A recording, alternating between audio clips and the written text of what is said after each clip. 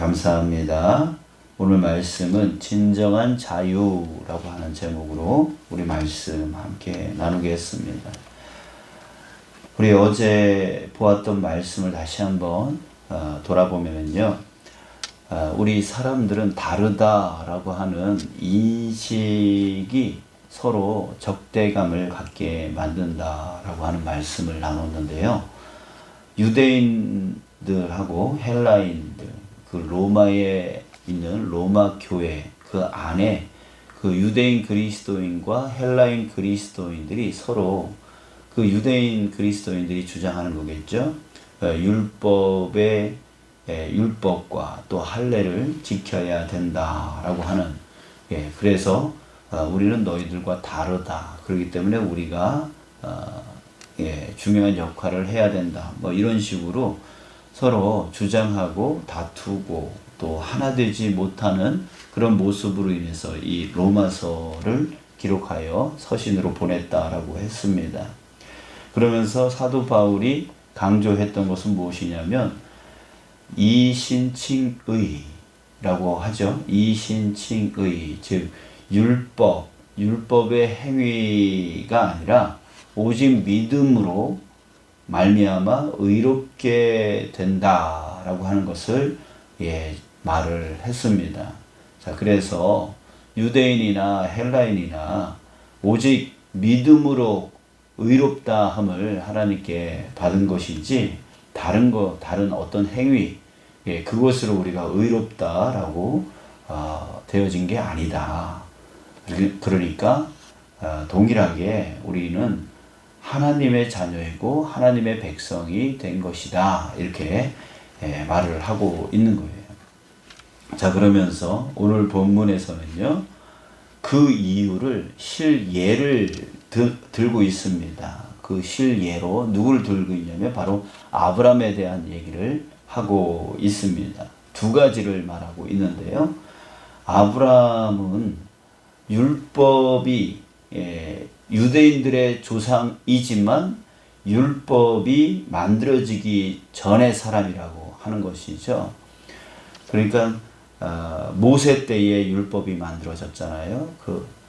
그렇다면 그 이전에 430년 전의 조상이 아브라함이었기 때문에 아브라함은 율법이 만들어지기 이전의 사람이었어요. 자, 그런데 하나님께서요, 아브라함에게 명령을 내리셨죠. 너 저 모리아산으로 가서 네 아들을 번제로 드려서 나에게 바쳐라. 이렇게 좀 이해되지 아니하는 그런 명령을 내리셨단 말이에요. 그런데 그럼에도 불구하고 하나님이 무슨 뜻이 있겠지? 그러니까 하나님께서 이루실 어떤 뜻을 믿었기 때문에 자신의 그 아들이랄지라도 100세에 얻은 그 눈에 넣어도 아프지 아니할 그런 사랑스러운 아들일지라도 하나님의 어떤 뜻이 있겠지라고 하는 그런 믿음, 그 믿음을 갖고 아들을 데리고 이삭을 데리고 모리아산으로 가서 번제로 이제 하나님 앞에 드리려고 칼을 듭니다. 근데 그때에 하나님께서 말씀을 하시죠. 내가 내 아들 독자까지도 아끼지 아니하였으니 내가 이제야 내가 하나님을 경외하는 줄을 내가 알겠노라 라고 하면서 그를 인정합니다. 그가 정말 믿음이 좋다라고 하는 것을 인정을 하는 것이죠. 그때 의롭다 여김을 받게 되어져요. 자, 유대인들은 율법으로서만 의롭다함을 얻을 수 있다라고 주장을 했는데 그들의 조상, 창시자죠. 그들의 조상 아브라함은 율법을 행한 것으로 인해서 하나님이 의롭다라고 여김을 받은 게 아니라 정말 믿음으로 그 믿음에 따르는 그런 삶을 통해서 순종을 통해서 의롭다함을 여김을 받았다.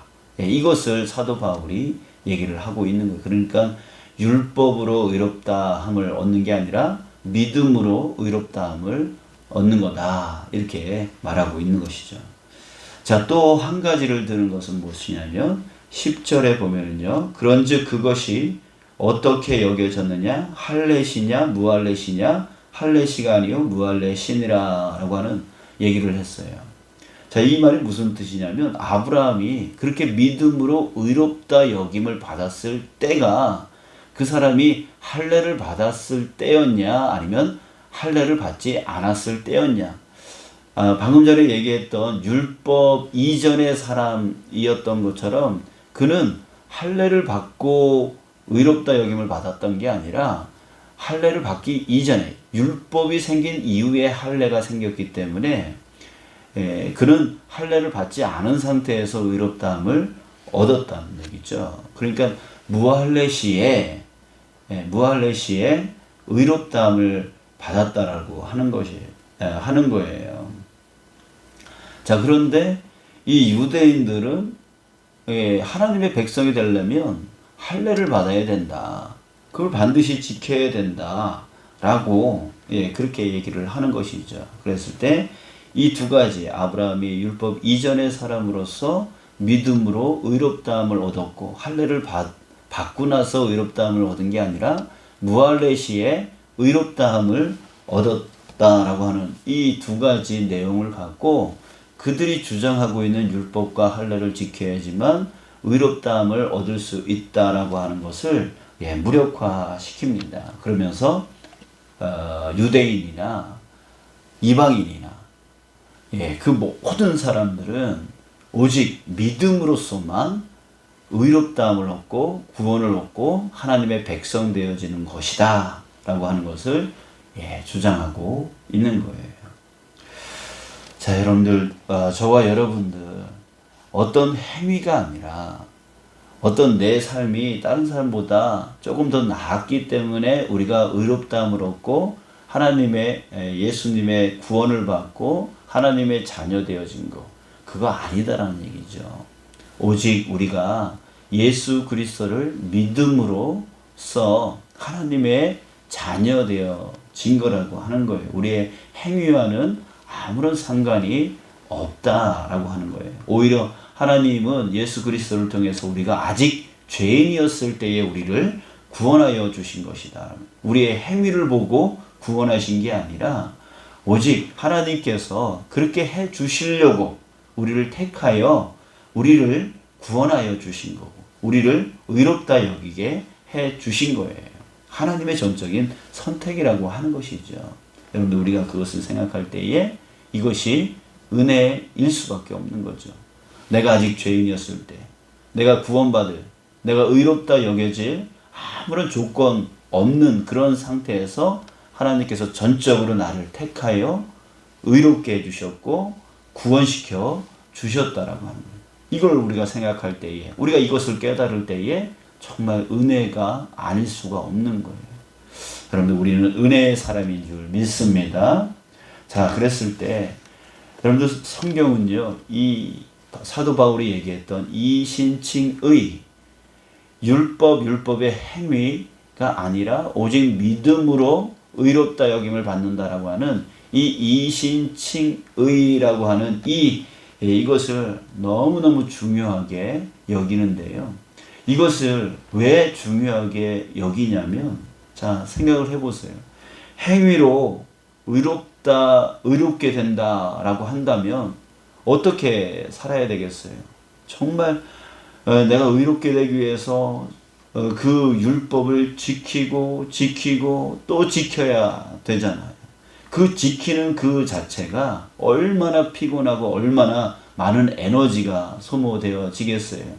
그런데 그렇게 에너지를 소모해서라도 그 율법을 철저하게 잘 지키면 모르겠지만 100에 한 가지 그것을 실수해서 잘못해서 지키지 못하게 되어진다면, 우리도 지금 하나님 말씀 지키는 거 100% 지키면서 살아가십니까? 아무리 잘 지키려고 해도, 아무리 순종 잘하는 사람이라 할지라도 하나님 말씀을 100% 지켜나가는 사람은 아마도 이 세상에 없을 겁니다. 예수님 외에는 없을 거예요. 자, 그런 것처럼 여러분, 우리는 행위로 율법을 다 지켜낼 수가 없는 존재예요. 자, 그렇다면 지켜낼 수 없는 존재이기 때문에 항상 우리는 자책하게 되어지고, 아, 나는 정말 온전치 못한 자야. 나는 구원받지 못할 자야. 나는 하나님의 자녀로서 자격이 없어. 맨날 이런 자책과 그런 죄책감 속에 빠지지 않겠어요? 그 인생을 뭐 10년을 살든 100년을 살든 간에 정말 그 자책과 그 죄책감이 있는 그런 삶은 어떤 삶이겠어요? 천국의 삶이에요? 아니죠. 지옥의 삶이죠. 우리 매일매일 그 우울증 있으신 분들 보면 매일매일 자기 자신을 자책하면서 내가 살아서 뭐하나, 죽어야지, 이런 생각으로 산다 그러잖아요. 예, 그런 삶이 될 수밖에 없는 거예요. 아휴, 내가 이렇게 자격도 없고 이렇게 아무리 애써도 안 되는 이런 존재가 뭐하러 살아서 뭐하나, 예, 이런 생각밖에 들지 않는 것이죠. 예, 그 안에 묶여 살아가는 거예요. 행위로서, 그 행위로 내가 의롭게 여김을 받을 수 있다라고 하는 그 자체는 우리 인생을 완전히 지옥 같은 그런 삶을 만들어 버린다고요. 자, 또 한 가지는 뭐냐면, 행위로서 의롭게 되어진다라고 하는 그런 기준을 갖고 살아가게 되어지면, 우리가 전에도 얘기했듯이 자꾸만 다른 사람들을 그 기준에 맞추려고 하는 거예요. 저 사람의 행위, 그 행위를 보고 자꾸 판단을 하는 거죠. 저 사람은 왜 저래? 저 사람은 믿음이 있다고 하면서 왜 저래? 저 사람은 신앙생활 한다면서 왜 저래? 저 사람은 교회 다니면서 왜 저래? 저 사람은 왜 그래? 그러면서 끊임없이 내 안에 행위로 의롭게 되어진다 라고 하는 그 기준이 있기 때문에 사람들을 계속해서 어떻게 그 기준으로 판단하고 비난하고 헌담하고 그렇게 살아가는 거예요. 예, 그래서 세상 사람들이 그 기준으로 살아가니까 어떻게 해요? 정치인들 지금 선거한다고 뭐 대통령 뽑는다고 지금 후보들이 세워지고 막 그러지 않습니까? 뭐 하고 있어요? 계속 판단하고 있잖아요. 그들의 행위, 그들의 과거에 어떻게든 흠을 잡아내려고, 예, 그런 행위들을 자꾸만 파고들잖아요. 비판하잖아요. 비난하잖아요. 그게 뭐예요? 자기네들 그 기준 안에 행위로 의로워져야 된다라고 하는 그 기준이 사람 안에 있는 거예요. 그러니까 우리 믿는 자들도 여전히 예수님을 믿고 있지만 그럼에도 불구하고 자꾸만 다른 사람들을 비판하잖아요. 다른 사람들을 비난하잖아요. 왜 그래요? 그 기준이 깨지지 않는 거예요. 행위로 의롭게 여김을 받는다. 이 기준이 깨지지 않는 거예요. 여전히 있는 거예요. 그러니까 자꾸만 다른 사람들을 비난하게 되어지고 비판하게 되어지고 또 파당을 만들어서 그 사람을 소외시키고 그렇게 왕따시키는 일들이 일어나고 갑질하는 일들이 일어나고 또 전쟁이 일어나고 싸움이 일어나고 이런 것들이 계속 역사 속에 반복되어지는 이유. 그것이 무엇입니까? 바로 그 행위가 행위로 의롭게 여김을 받을 수 있다. 이 기준이 우리 사람들 안에 있는 거예요. 그게 어떤 또 삶이에요? 천국된 삶이 아니잖아요. 서로 평강하고 평화를 주고 사랑하고 섬기는 그런 모습이 진정한 천국의 삶인데, 오히려 그런 판단과 비판과 비난과 헌담과 그런 것으로 인해서 다투고 갈등하고 파당을 일으키고 서로 소외시키고 왕따시키고 전쟁을 일으키고 싸우고 하는 그런 일들이 일어나는 세상, 그런 세상이 천국일까요? 아니죠. 지옥일 수밖에 없는 거예요.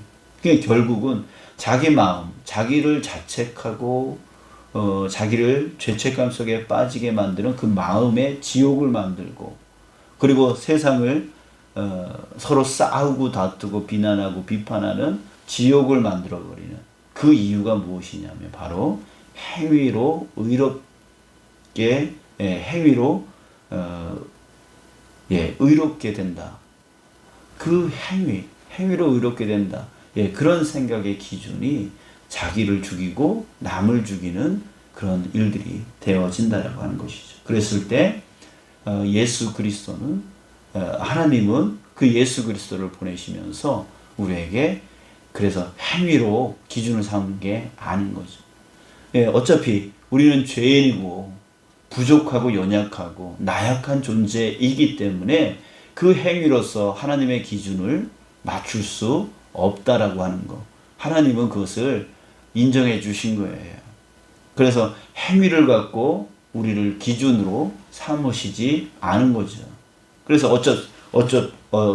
어차피 그 행위로서 의롭게 될 수 없기 때문에 하나님이 택하신 방법은 무엇이냐면 그럼에도 불구하고 우리를 사랑하시니까 그럼에도 불구하고 그 사랑으로 인하여서 구원해 내시기 위해서 최후의 방법을 쓰신 것은 무엇이냐면 자기 아들을 이 땅 가운데 보내셔서 우리를 대신해서 그 죄값을 치르게 하심으로 십자가의 죽음의 그 죄값을 치르게 해 주심으로 인해서 우리를 건져내어 주신 것이죠. 물에 빠진 사람, 너 행위 바르게 살았어? 올바르게 살았어? 이렇게 따지면서 물에 빠진 사람 건져낸 게 아니라 그저 그가 어떻게 살았든 간에 그를 사랑하심으로 인하여 그를 물에서 건져내듯이 우리를 그렇게 건져내어 주신 것이죠.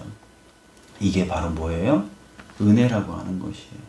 전적인 은혜, 전적인 하나님의 선물이라고 하는 것이죠. 사랑하는 여러분, 저와 여러분들이 바로 그 은혜로 살기를 원합니다. 내 행위 때문에 저 사람 행위가 이렇게 자기 자신을 계속 판단하고 다른 사람을 판단하는 그런 삶으로 우리가 살아가는 게 아니라 내가 연약하지만 부족하지만 그럼에도 불구하고 하나님께서 나를 택하여 나를 구원하여 주셨어. 하나님의 백성 삼아 주셨어. 사무실 뿐만이 아니라 지금도 또한 앞으로도 영원히 함께 하시면서 나를 이끌어 주시고 나를 도와주시고 나를 책임져 주셔 라고 하는 그런 내 행위 때문에 하나님이 그런 대가로 보상으로 그런 걸 주는 게 아니라 그런 걸 행해 주시는 게 아니라 정말 나는 그렇게 자격이 없지만 그럼에도 불구하고 나를 사랑하여 주셔서 나를 그렇게 책임져 주시고 이끌어 주셔 라고 하는 그런 은혜, 그 은혜가 나를 향하여 또한 다른 사람을 향하여 있을 때에 그때에 우리는 그 죄로부터 그 죄책감으로부터 자유해질 수 있는 거죠. 자유해질 수 있는 거예요. 그리고 남을 판단하는 그런 묶임 가운데서 우리는 자유함을 얻게 되죠. 이제 남을 판단하지 않아도 돼요. 내가 자책하며 살지 않아도 돼요. 주님 안에서 그 은혜를 갖고 주님께 의지하면서 주님을 믿으면서 주님을 쫓아가는 삶, 주님께 순종하여 살아가는 삶, 그 삶만 살면 되는 것이죠. 그 안에서 진정한 평강이 임하게 되어진 거고 진정한 그 죄로부터의 자유, 그 비판하는 삶으로부터의 자유, 그 스트레스로부터의 자유, 진정한 자유를 갖고 살아갈 수 있게 되어지는 것입니다. 여러분들 오늘 기억하시기 바랍니다. 우리에게 예수 그리스도로 인하여 진정한 자유를 우리는 선물 받았습니다. 내가 어떤 값을 치렀기 때문에 하나님께서 내게 그렇게 주시는 게 아니라 나는 그런 값을 치를 수 없는 그런 존재임에도 불구하고 하나님께서 우리를 택하여 그렇게 하나님의 자녀로 삼아 주신 거예요. 의롭다 여겨 주신 거예요. 여러분들 이 은혜를 우리가 품고 자기 자신을 판단하며 살지 않는, 자책하며 죄책감으로 살지 않는 저와 여러분들 되시길 축복합니다.